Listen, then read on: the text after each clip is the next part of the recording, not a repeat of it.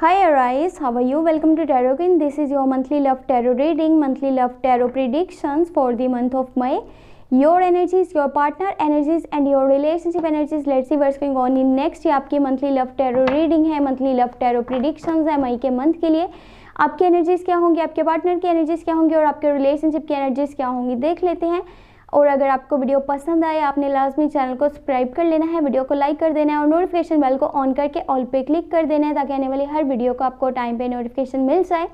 अगर आप personal reading करवाना चाहते हैं मुझे व्हाट्सएप पे कॉन्टैक्ट कर सकते हैं। व्हाट्सएप का नंबर आपको इस वीडियो के डिस्क्रिप्शन बॉक्स में मिल जाएगा।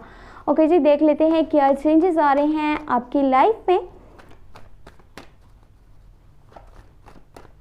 आपके पार्टनर की क्या एनर्जीज होंगी, क्या इमोशंस होंगे, क्या थिंकिंग होगी, क्या उनकी साइड से आपको लॉन्ग टर्म की कमिटमेंट मिलेगी या नहीं, यानी कि शादी का प्रपोजल मिलेगा या नहीं मिलेगा। Let's see.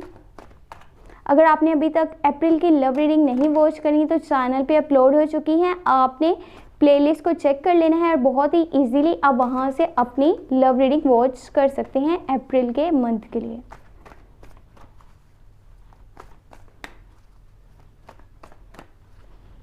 Okay, let's start. Your side, 10 of Pentacle. Great. Knight of Pentacle. 9 of Wands. Your partner side, 7 of Wands. King of Wands. The World. And relationship energies है जी 7 of Cups. 4 of Pentacle and last 4 of Swords. Okay, देखिए काफ़ी सारे changes यहाँ पे आते हुए नज़र आ रहे हैं आप दोनों की लाइफ में। इनफैक्ट इस रिलेशनशिप में जो आपकी एनर्जीज हैं, आप अपने पार्टनर से बहुत ज़्यादा लॉयल हैं, उनके साथ जो है हमेशा जो है वो उनको सपोर्ट भी करना चाहते हैं, लॉन्ग टर्म की कमिटमेंट उनको देना चाहते हैं। यहाँ पर आप उन्हें फाइनेंशियली भी हो सकता है कि सपोर्ट कर रहे हों, और जो भी रिलेशनशिप में अगर कि किसी तरह से भी कुछ फाइनेंशियल इश्यूज आते हैं आप उनको जल्द से जल्द ख़त्म करना चाह रहे हैं। आप चाह रहे हैं कि आगे जो लाइफ आप दोनों की स्टार्ट हो उसमें कोई भी प्रॉब्लम नहीं आनी चाहिए, कोई भी इशू जो है वो क्रिएट नहीं होना चाहिए। इसके लिए हो सकता है कि मई के मंथ में आप थोड़े से बिज़ी भी हो जाएं, बिज़ी शेड्यूल, बिज़ी रूटीन की वजह से आप अपने पार्टनर को अच्छे से टाइम भी नहीं दे पाएंगे किसी पॉइंट पर, और ये चीज़ें उन्हें काफ़ी अंदर से डिस्टर्ब भी कर रही होंगी क्योंकि एक साइड पे आप अपने मनी रिलेटेड इश्यूज़ पे काम कर रहे हैं, आप जल्द से जल्द इन इश्यूज़ से जान छुड़ाना चाह रहे हैं, स्टेबिलिटी लेकर के आना चाह रहे हैं अपनी लाइफ में। दूसरी तरफ आप अपने पार्टनर को सही से टाइम नहीं दे पा रहे होंगे और जिसकी वजह से वो थोड़े इरिटेट हो जाएंगे, फ्रस्ट्रेट हो जाएंगे। जस्ट आप जो है अपने पैशन को फॉलो करना चाहते हैं, आप अपने करियर पे भी ज़्यादा जो है वो फोकस कर रहे होंगे मई के मंथ में, और यानी कि अपने करियर पे ज़्यादा ध्यान दे रहे हैं, ज़्यादा वैल्यू कर रहे हैं, अपने ड्रीम्स को पूरा करना चाहते हैं, अपने गोल्स को पूरा करना चाहते हैं थोड़ा सा रिलेशनशिप से हट करके। लेकिन अगर आपके गोल्स या आपके ड्रीम्स कहीं ना कहीं रिलेशनशिप के साथ भी जुड़े हुए हैं, आप अपने पार्टनर को भी उतना ही चाहते हैं जितना आप अपने करियर पे फोकस कर रहे हैं, तो देखें कुछ यहाँ पे मौके ऐसे भी आएंगे मई के मंथ में कि आपको ऐसे लगेगा आप हार रहे हैं, आप थक रहे हैं, आप मज़े रिवाइव नहीं कर सकते, फाइट नहीं कर सकते। हो सकता है कि आपके माइंड में ये चीज़ें भी आएँ कि मुझे गिव अप कर लेना चाहिए, मैं पीछे हट जाऊँ, मैं मज़ीद आगे नहीं चल सकता, ना ही ये जो भी कन्फ्यूज़न है, जो भी कॉन्फ्लिक्ट्स है, जो भी मिसअंडरस्टैंडिंग्स है ये कभी ख़त्म होंगी। लेकिन ये सच्चाई नहीं है। आपको खुद पे यकीन रखना होगा और आपने हिम्मत नहीं हारनी, कैसे भी करके आपने जो है अपने लिए स्टैंड लेना ही लेना है हर सूरत में। और अपने पार्टनर को जो है वो टाइम भी दीजिएगा ताकि ये जितने भी कॉन्फ्लिक्ट्स हैं, मिसअंडरस्टैंडिंग है, वो सारी की सारी ख़त्म हो जाएं।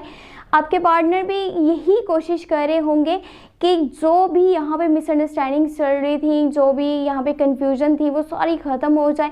वो अपनी तरफ से रिलेशनशिप को अच्छे से प्रोटेक्ट भी कर रहे होंगे और लॉन्ग टर्म की आपको कमिटमेंट भी देना चाहते हैं, आपको बहुत सपोर्ट कर रहे होंगे, आपकी केयर करते हैं, आपको रिस्पेक्ट देते हैं, लेकिन सही वक्त का इंतज़ार कर रहे हैं।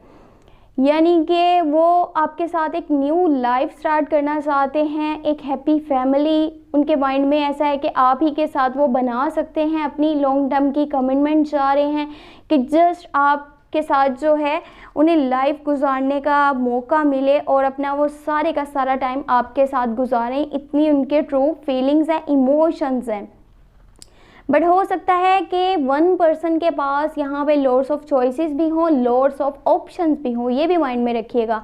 ये आप भी हो सकते हैं या फिर आपके पार्टनर भी हो सकते हैं कि एक इंसान ऐसा है जिसके पास और भी ऑप्शंस हैं, और भी लोग हैं जो कि कह रहे होंगे कि मेरे साथ रिलेशनशिप में आओ, मैं आपको लॉन्ग टर्म की कमिटमेंट देना चाहता हूँ, हमेशा साथ रहेंगे, एक न्यू लाइफ जो है स्टार्ट करेंगे। बट ये आप लोगों पे डिपेंड करता है कि आप अपने लिए क्या डिसीजन लेते हैं, क्या आप सोचेंगे, क्या आपने स्टेप लेना है आगे, क्योंकि आप वही कीजिए जो आपके रियल हैप्पीनेस है, जो आप दिल से करना चाहते हैं, आपने जस्ट वही फॉलो करना है।